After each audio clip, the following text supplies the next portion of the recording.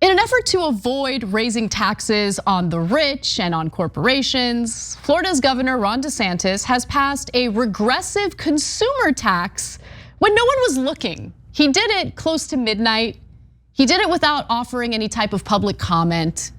And this is intentionally done to essentially allow businesses to skirt refunding the state's already pretty broken unemployment system. So DeSantis quietly signed into law late Monday a bill that will cost Florida consumers, meaning everyone in Florida, who shop online an estimated $1 billion a year in sales taxes, with the money used to cut business taxes. So understand what he's doing there. He is implementing a regressive tax, meaning that it's a tax that everyone has to pay into regardless of what their income is, which means that if you're poor, it's gonna negatively impact you and your ability to buy things you need for yourself and your family. And he did that in order to prevent businesses from having to pay more in taxes. He gave businesses a tax cut while increasing taxes on consumers in the state. The bill is estimated to tax consumers $1 billion a year, with the money first earmarked for the Unemployment Trust Fund, which became depleted because of massive job losses during the COVID-19 pandemic. Businesses pay taxes that go into the trust, and without another source of money, would have faced higher taxes to replenish the fund. But they don't want to do that. Businesses don't want to pay higher taxes to replenish that fund. So of course, that cost gets shifted over to consumers. After the fund is replenished, it's a double whammy. I'm not done yet. After the fund is replenished, the revenue will be used to make a major cut in the commercial rent tax, long a target of business lobbying groups. Senate President Wilton Simpson and House Speaker Chris Sprowls agreed to reduce the commercial rent tax from 5.5% to 2%. So double whammy there, hurting the constituents of Florida, but of course, providing more goodies to business owners in the form of tax cuts. Nando, are you gonna defend the great state of Florida, a state that you're from? Yeah, Ron DeSantis is my favorite governor. It's very depressing because, as you said, people in Florida complain about or wonder how people in California ever pay taxes, and the effect of Florida's lack of a state income tax is that it's become basically a playground for international oligarchs and rich people, because the state is so friendly to them that they're able to park their money in Florida. They pay less taxes. It's easy for them to buy real estate and hide their ill-gotten gains from around the world in Florida. Florida is also like one of the states that has the biggest lotteries, for example, in America, which is essentially a tax on the poor. I think something like $5 billion a year the state of Florida raises through its lottery system. Yeah, it's a great state if you want to give rich people a pass and put all the costs onto regular people. I mean, Miami, where I'm from, is building tons and tons of buildings all the time. Like, you just see cranes everywhere. Yet Miami is still somehow one of the most rent burdened cities in America, meaning the cost of living versus the cost of wages. That's because all of those new developments are for international rich people, not for the benefit of Floridians themselves. So no, Nando. Yeah, Ron DeSantis is just keeping with that tradition, a sunny place for shady people. I was told on social media that the solution to all of those new developments being built for wealthy people in other countries would be to just build more of those buildings. Like, we just need to build more of those buildings, and then everything will be okay.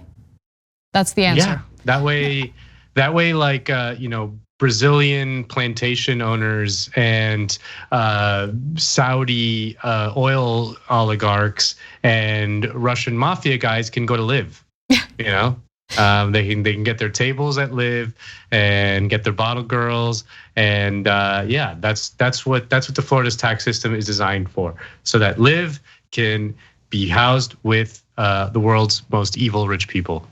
Yeah, and when it comes to state taxes, like, something that I want people to understand is, yes, California has a very high state tax. Okay, and it is the thing that frustrates me about California isn't the way that it taxes people, and it's a progressive tax, meaning that you get taxed, your tax bracket depends on what your income is. So if you're not making much money, you're not gonna pay what someone bringing in 6 figures would pay as a percentage in their state income tax. So I like that it's a progressive tax. The problem with California is that we don't see the money working for us, right? You vote in favor of HHH. That was a ballot initiative to literally increase your taxes in order to build housing to get homeless people off the streets, and that hasn't happened. It's been years and that hasn't happened. So that's where my frustration lies with the state of California.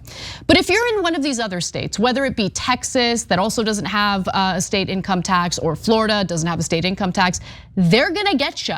Because at the end of the day, you gotta pay for things.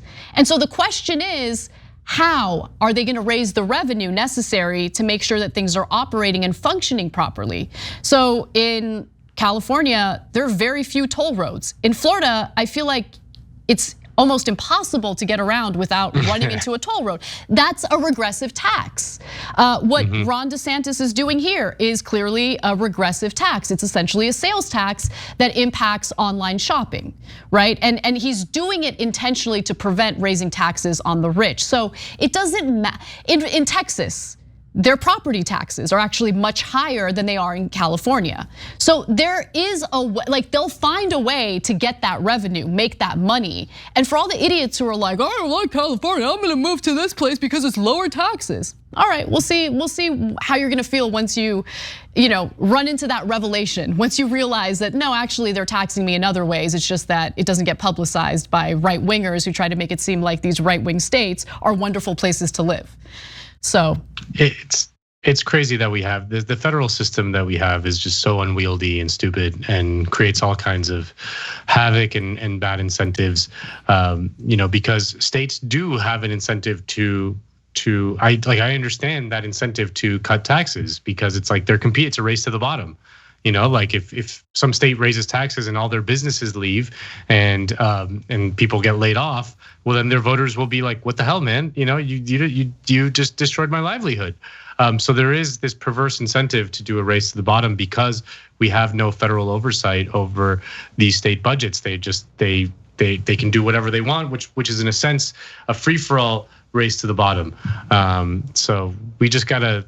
I don't know. I mean, the system that we have is so stupid, and people who praise federalism as some sort of principle in and of itself, we just see how many problems arise from that when there's no big federal government coordination. You just get competition within the states, which we would think, in theory, would make everything better, but actually it makes everything worse. The competition makes everything go down, not up. Right, yeah, definitely. I mean, and you certainly see that when it comes to tax rates that vary from one country to the next, which is why the Biden administration is proposing a global business tax, essentially, to prevent the race to the bottom that we're experiencing on a global level. Thanks for watching The Young Turks, really appreciate it. Another way to show support is through YouTube memberships.